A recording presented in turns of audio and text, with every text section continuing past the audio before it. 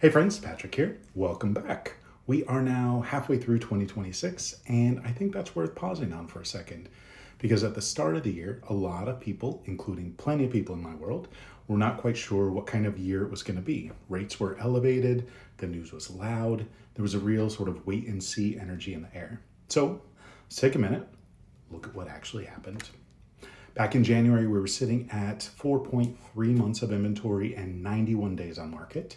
By June, inventory had dropped to 3.1 months and homes were selling in an average of 55 days. That's not a small shift. That is a market that picked itself up, found its footing, and moved. You can see the full arc in our January, February, March, April, and May recaps if you want the month-by-month picture.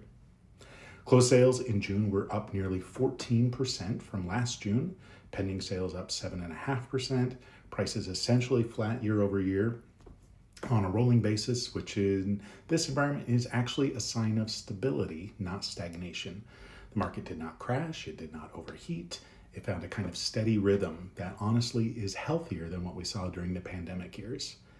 And it did all of that while people were worried about tariffs in Iran and gas prices and interest rates. That resilience means something.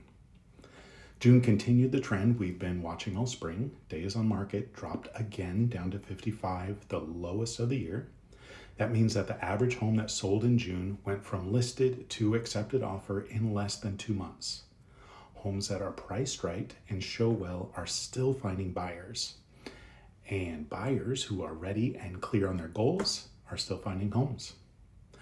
One thing worth naming honestly, affordability is the real conversation right now.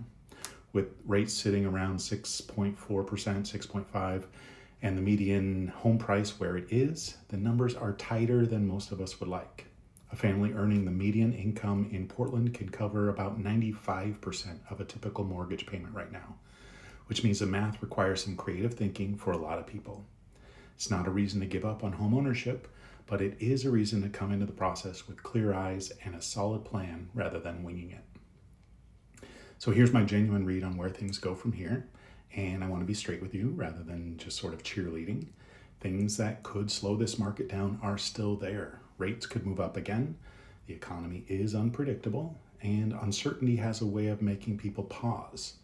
And we have seen that play out at various points this year. Summer tends to be softer than spring anyway, and I would expect some of that sort of seasonal slowdown to show up in the next month or two of data. But here's what I keep coming back to. The underlying demand in Portland is real. People need to move. People want to own homes. And the first half of 2026 showed us that even in a complicated environment, serious buyers and well-prepared sellers can still get where they want to go. If you've been sitting on a decision whether to buy or sell or just figure out if this is even the right time, the second half of the year is actually a reasonable window. Summer tends to have less competition. Sellers who list in July and August are often more motivated, and buyers who are ready to move have a little more room to breathe than they did in April. As always, none of this is a one-size-fits-all advice. Your situation is your situation, and that's exactly what I want to understand before we start making plans together. I'm Patrik with Piece of PDX. Thanks for watching, and we'll see you out there.